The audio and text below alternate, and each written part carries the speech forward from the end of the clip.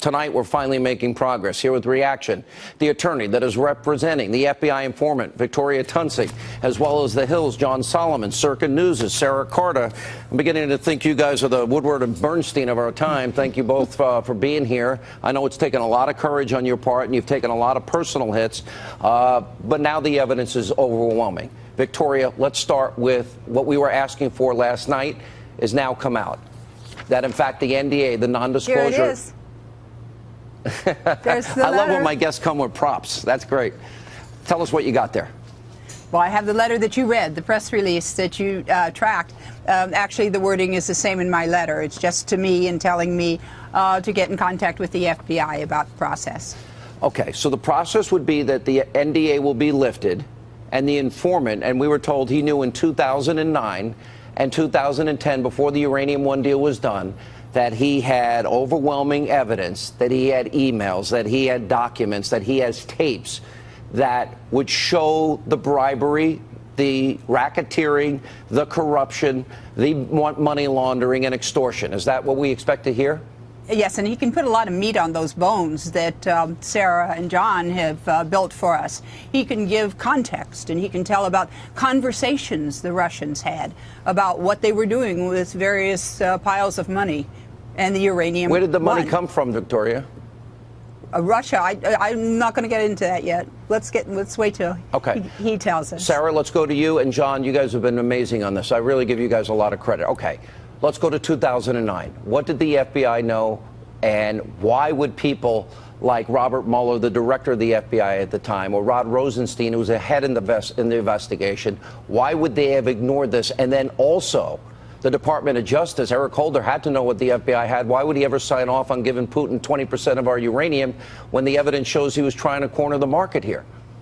Well, I certainly think, Sean, that what's going to happen here is that this investigation, like Victoria said, there's going to be a lot more meat on these bones. And what we knew from now, looking at the documents, back in 2009, they were well aware of money laundering, kickbacks connected to the Russian uranium industry and connected to firms here inside, inside the United States. So one of the things that they're going to be looking for is those connections, and where did that money go, and who they were bribing, and how real a national security threat was this? I mean, was this just kind of covered up? Because remember, nobody back then actually knew. There was an ongoing investigation, so it was really up to the FBI. And the informant, the confidential informant, spent 4 years undercover, and it was like 4 years before any charges were brought against these players. And remember, they were only brought against these players, very minor, charges, and the exposure to these companies was not made public.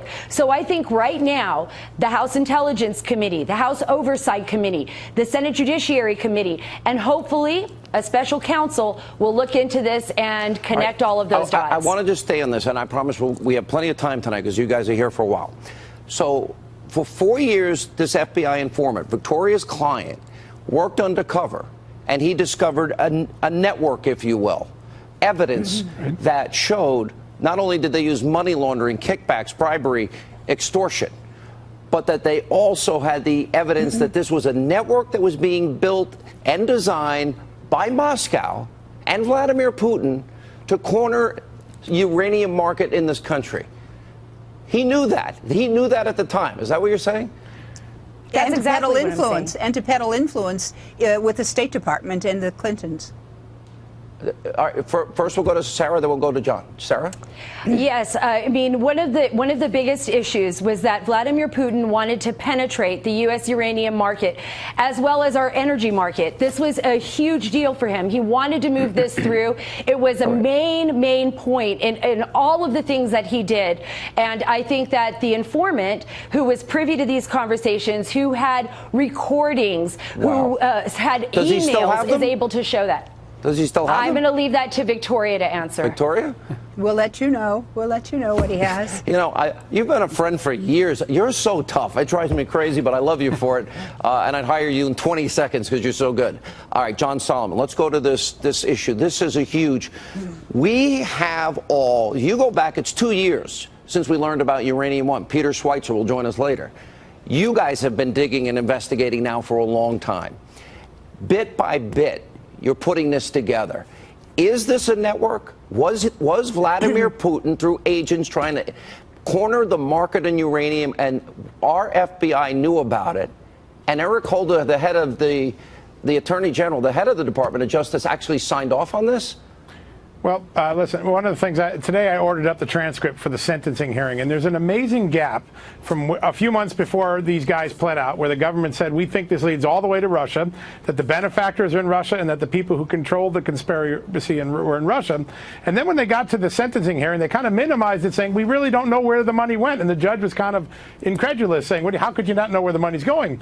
But one of the more important things that they did say at the sentencing was, there's no doubt that this compromised America's nuclear security. There was no doubt that it was a corrupt scheme that could have put uranium in danger. All right, so John, let me ask you. Yeah. So Bill Clinton gets twice his normal speaking fee. He's in Moscow. At the time, he's asking his own wife's State Department to give permission for him to meet with nuclear operatives in Russia, people involved in this sort of thing. He then got to meet with Putin. He's being paid by a bank that has a financial interest in Uranium One.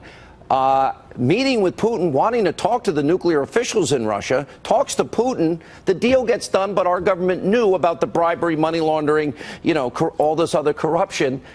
They knew about it the whole time. How could you possibly sign that deal and give America's uranium away and sell our country's security out?